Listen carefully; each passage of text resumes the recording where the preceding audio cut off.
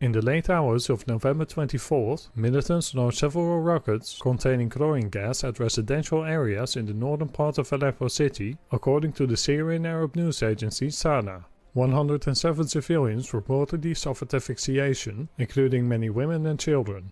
These attacks came a few days after SANA reported that French militants arrived in Idlib to equip shells and rockets of local groups with toxic gas. They entered the country through the border with Turkey.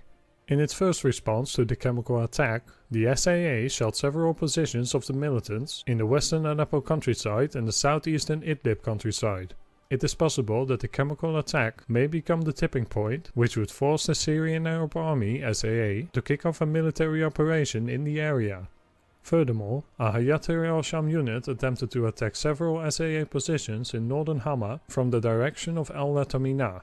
However, the SAA repelled the infiltration attempt. Earlier, Syrian and Lebanese sources reported that the SAA and its allies are preparing to launch a large-scale military operation against the remaining militants in northwestern Syria before the end of 2018. Considering the recent escalation, this development has become highly likely. The Syrian Democratic Forces (SDF) also continued their allegedly successful efforts against ISIS in Deir ez-Zor province.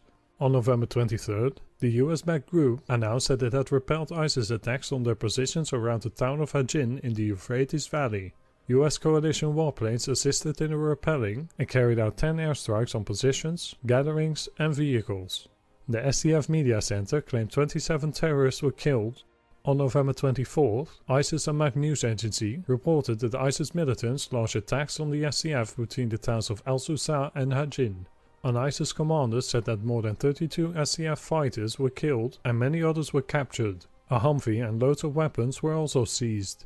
Syrian outlets reported that ISIS fighters had imposed control of large parts of the town of al-Bara during the attack.